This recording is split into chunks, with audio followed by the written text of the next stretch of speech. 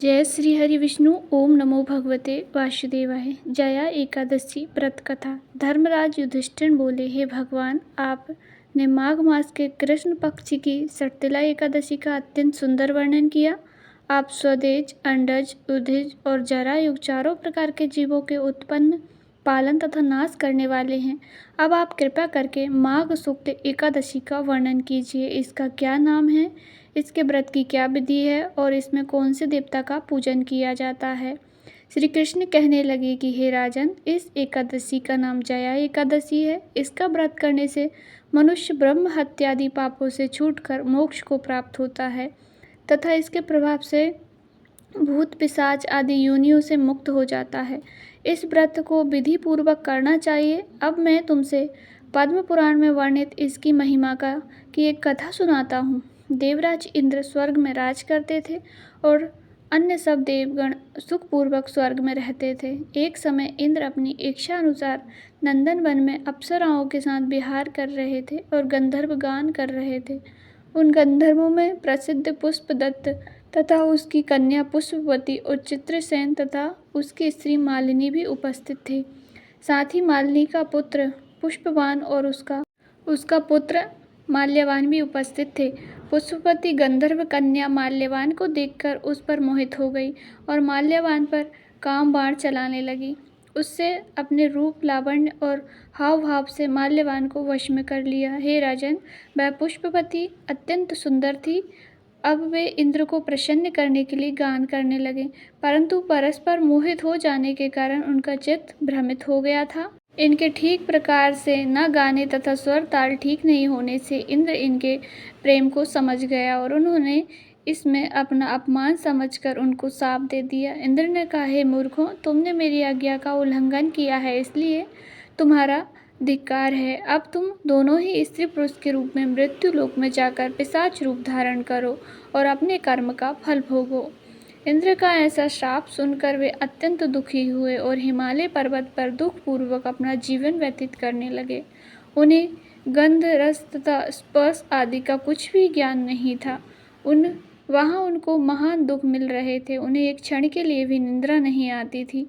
उस जगह अत्यंत शीत था, इससे उनके रोंगटे खड़े रहते और मारे शीत के दांत बजते रहते थे। एक दिन पिशाच ने अपनी स्त्री से कहा कि पिछले जन्म में हमने ऐसे कौन से पाप किए थे जिससे हमको यह दुखदायी पिशाच योनि प्राप्त हुई।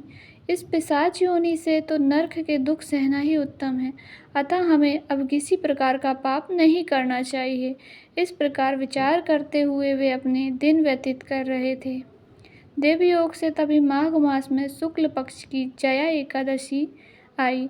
उस दिन उन्होंने कुछ भी भोजन नहीं किया, न कोई पाप कर्म ही किया, केवल फल फूल खाकर ही दिन व्यतीत किया और सायंकाल के समय महान दुख से पीपल के वृक्ष के नीचे बैठ गए। उस समय सूर्य भगवान अस्त हो रहे थे। उस रात को अत्यंत ठंड थी, इस कारण वे दोनों शीत के मारे अति दुखित होकर मृतक के समान आपस में चिपटे हुए पड़े रहे।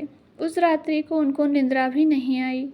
हे राजन, जया एकादशी के उपवास और रात्रि के जागरण से दूसरे दिन प्रातः होते ही उनकी पिशाच योनि छूट गई। अत्यंत सुंदर गंधर्व और अप्सरा की देह धारण कर सुंदर वस्त्र आभूषण से अलंकृत होकर उन्होंने स्वर्गलोक को प्रस्थान किया। उस समय आकाश में देवता उनकी स्तुति करते हुए पुष्प वर्षा करने लगे। स्वर्गलोक में जाकर इन दोनों ने देवराज इंद्र को प्रणाम किया। इंद्र इनको पहले रूप में देखकर अत्यंत आश्चर्यचकित हुआ और पूछने लगा कि तुमने अपनी पिशाच योनि से किस तरह छुटकारा पाया, सो बतलाओ। माल्यवान बोले कि हे देवेंद्र, भगवान विष्णु की कृपा और जया एकादशी के व्रत के प्रभाव से ही हमारी पिशाच देह छूटी है।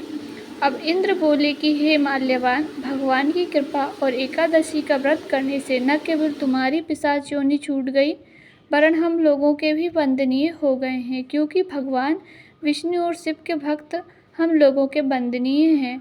अतः आप धन्य हैं। आप पुष्पवती के साथ जाकर विहार करो। श्री कृष्ण कहने लगे कि हे राजा युधिष्ठिर, इस जया एकादशी के व्रत से बुरी योनि छूट जाती है। जिस मनुष्य ने इस एकादशी का व्रत किया, उसने मानो सब यज्ञ, जप, दान आदि कर लिए। जो मनुष्य जया एकादशी का व्रत करते हैं वे अवश्य ही 1000 वर्ष तक स्वर्ग में निवास करते हैं। हमारी एकादशी व्रत की कथा संपूर्ण हुई। सभी मिलकर बोलिए ओम नमो भगवते वासुदेवाय। जय श्री हरि विष्णु। वीडियो पसंद आई तो लाइक ज़रूर करें।